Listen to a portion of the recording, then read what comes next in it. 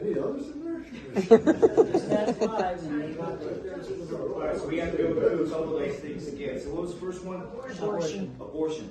You know, we give one line, or one word, empathy. Now let me expand on that before those veterans that are sitting here. When you take a life, it haunts you for the rest of your life with trauma.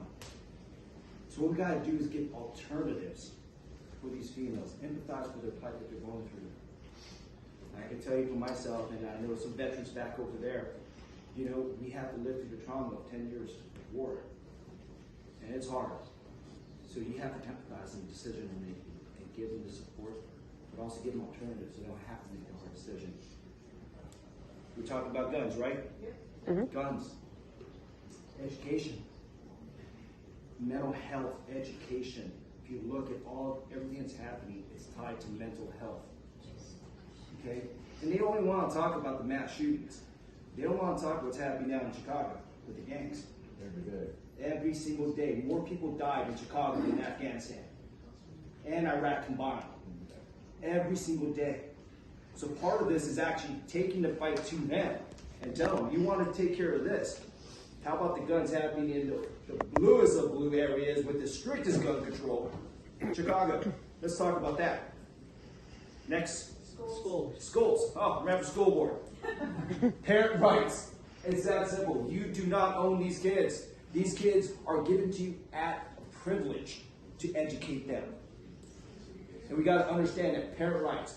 They want to talk about schools, parent rights. And that's it. I ran on that, and that's what I care about. Climate change. Climate change. Wonderful. It's not there yet. Sorry, we don't have the technology here to even combat it. And if you spent time overseas, I can tell you what, biggest polluters, Pakistan, India, China. What are we doing? If you do the percentage, we're not even hitting 1% of the climate control with everything we do. And the last one? Inclusion. The American dream lives. I'm a byproduct of that.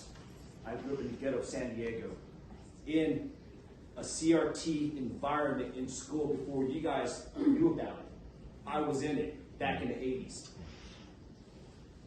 I didn't know that I had this internal resentment until I actually joined the military and got mentored by people across this wonderful nation to understand that there was something hardwired inside me that caused me to have this feeling. And so when I look at kids that are sitting over here, I understand that they're going through that internal resentment that they're being built, they're being tossed into their heads. But what we need to do is highlight achievements. If you go back in time, 6-year-old Tony, and tell him, listen, this is what you're going to do.